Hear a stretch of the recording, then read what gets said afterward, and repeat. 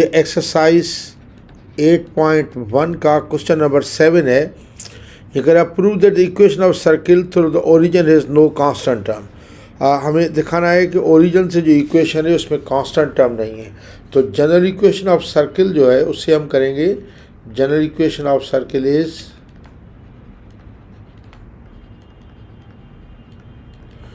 X squared plus y squared plus 2gx plus 2fy plus c is equal to 0। क्योंकि ये equation पास हो रही है 0,0 से, जैसे पुट करूँगा 0 square plus 0 square plus 2g into 0 plus 2f into 0 plus c is equal to 0। ये 0 plus ये भी 0 हो जाएगा, प्लस ये भी 0 plus c is equal to 0। तो c हमारा 0 के आ गया, c 0 के आ गया। तो अब इक्वेशन जो सर्किल की बनेगी देखें, equation of circle becomes what, x square plus y square plus 2gx plus 2fy plus c की जगह 0 आ जाए बराबर 0 के, तो यह जाएगा x square plus y square plus 2gx plus 2fy is equal to 0। देखिए इसमें this equation has no constant term, this equation has no constant term. इसको कांस्टेंट टर्म नहीं है तो हम प्रूव कर चुके हैं, हैंस प्रूव्ड, हम इसको प्रूव कर चुके हैं। आए ज़रा इसके हम सेकंड पार्ट पे चलते हैं। सेकंड पार्ट कह रहा है with centre on x axis has no term in y. Second part ये कह रहा है कि अगर सेंटर इसका एक्स एक्सिस पे है, सेंटर ऑन एक्स एक्सिस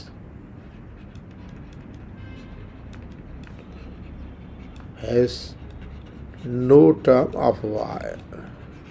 तो देखिए जनरल इक्वेशन जो सर्किल की है, सेंटर जनरल इक्वेशन सर्किल की है x square plus y square plus 2gx plus 2fy plus c is equal to 0 है। सेंटर इसका क्या होता है centre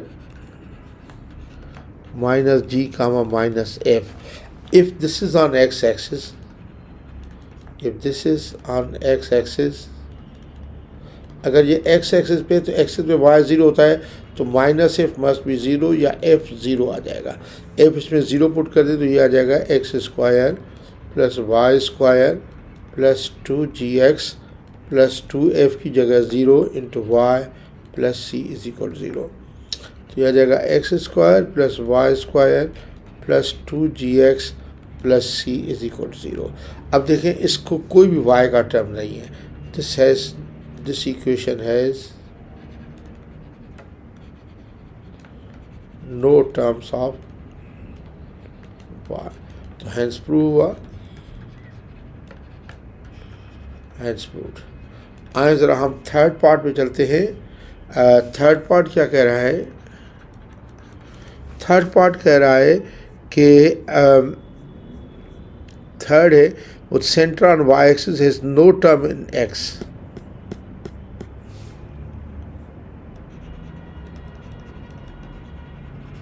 center on y-axis has no term in x। अगर y-axis में देखिए equation, general equation of circle जो है, general equation of circle is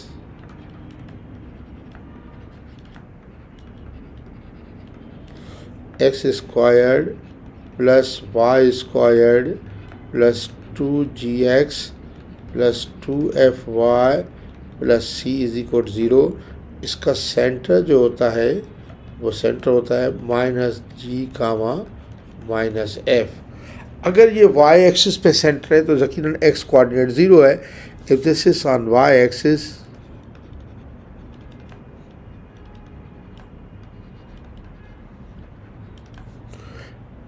then this g minus g must be 0 और g मस्ट बी 0। अगर g 0 इसमें put कर दे तो ये आ जाएगा x square plus y square plus 2g की वैल्यू 0 x प्लस 2fy और plus c is equal to 0। तो ये आ जाएगा x square plus y square plus 2fy plus c is equal to 0। इसमें देखिए कोई x का टर्म नहीं है। This has this equation has no term in x, hence यही हमें प्रूव करना था, हैंस प्रूव्ड। अब इसका लास्ट पार्ट है, लास्ट पार्ट है कि ये कह रहा है कि वो centre at origin has no term in x and y both. Centre अगर ओरिजिन पे है, ये कह रहा है कि इफ सेंटर, फोर्थ पार्ट है मेरा ख्याल है, हाँ फोर्थ पार्ट है, सेंटर अगर ओरिजिन पे है, centre is at origin has no term of x and y both, दोनों का कोई टर्म नहीं है। तो जनरल इक्वेशन ऑफ सर्किल की आप देखें, general equation of circle is x square plus y square plus 2gx plus 2fy plus c is equal to 0।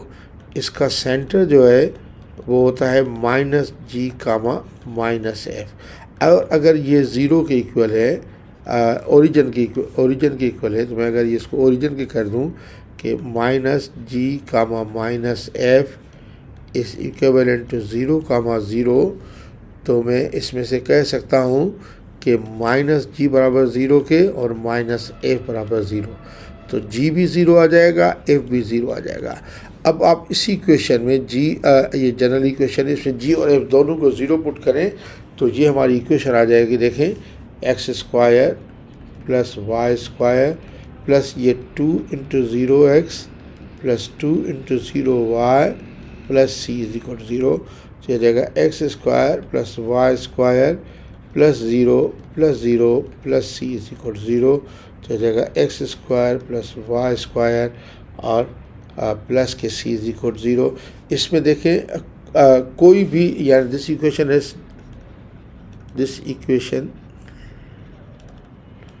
Has no terms of x and y. तो hence proved, hence हमने prove कर लिया कि अगर इसका सेंटर 0 0 पे है, इसमें एक्स और वाई दोनों टर्म्स नहीं होंगे। Thank you very much.